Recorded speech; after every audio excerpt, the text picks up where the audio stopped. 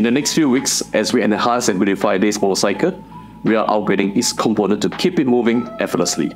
JTEC bearings are more than just a part.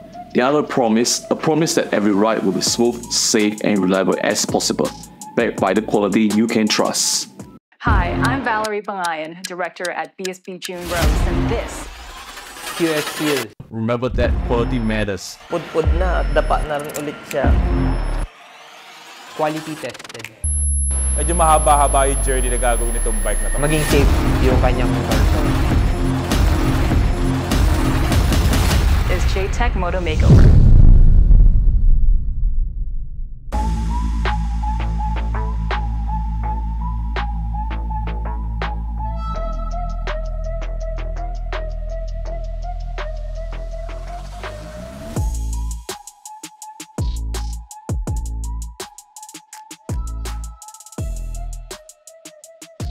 Okay, so nagpalit din tayo or naglagay tayo ng relay from Bosch kasi nilagyan or ininstalan natin siya ng bagong busina which is the EC12 Sea Strider horn from Bosch.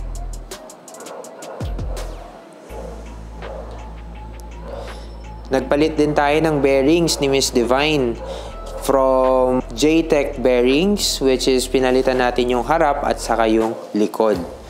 Nilagyan din natin yan ng JTEC bearing grease which is yun yung tinatawag nilang J-Max U1.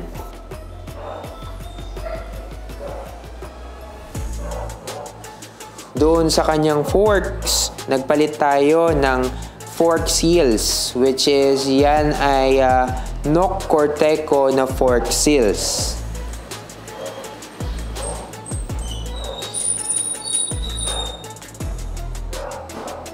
Para mas maganda yung ignition ng kanyang motor or dun sa pag-start ng kanyang motor, spark plugs which is the Bosch spark plug.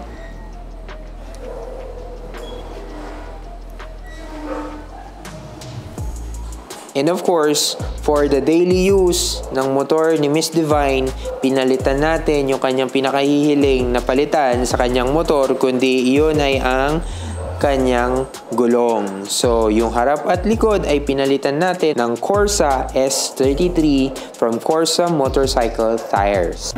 Good day mga ka-Corsa!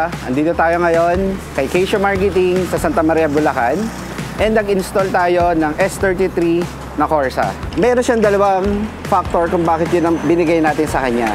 First one, meron siyang grip and the second one is the durability. Ngayon, i-discuss natin yung grip. First one sa grip, meron siyang specialized formulated compound which is suitable for wet and dry roads. In terms of cornering, maaasahin natin to si S33. Mas maganda ang handling niya, cornering, at para rin sa mga rider, magiging kumpiyansa sila sa pagmamaneho ng kanilang mga motor. And the second one is the durability. Kaya swak ito para sa daily at long distance riding ng mga riders. Kaya kung naghahanap ka ng gulong na merong grip, reliability at durability, Corsa tires ang para sa'yo. Ride safe, mga ka-Corsa.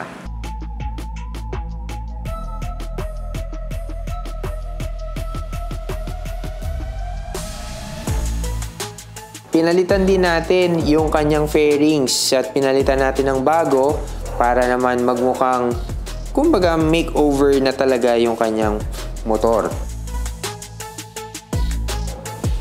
Pinalitan din natin yung mga peripherals ng kanyang CVT which is yung belt pinalitan natin kasi based on sa nakita natin medyo manipis na or medyo may cracks na rin yung kanyang belt. Nilinis na rin natin yung kanyang crankcase and of course pinalitan din natin yung kanyang shock sa likod. Yung mga brake shoe, pinalitan din natin. Yung kanyang footboard na naapektuhan ng kanyang aksidente ay pinalitan na rin natin. Para sa mas magandang pagra-ride ni Miss Divine, katulong natin si Boss Vic Customs na pinalitan yung kanyang seat o yung kanyang upuan.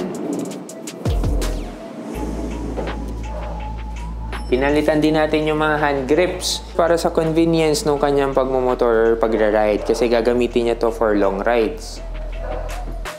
Yung brake levers, pinalitan din natin. Headlight, pinalitan natin. So yung dating basag na headlight ni Miss Divine, lalo yung mga signal light, pinalitan na rin natin ng bago. So lahat ng mga ilaw ni Miss Divine ay ginawa nating LED.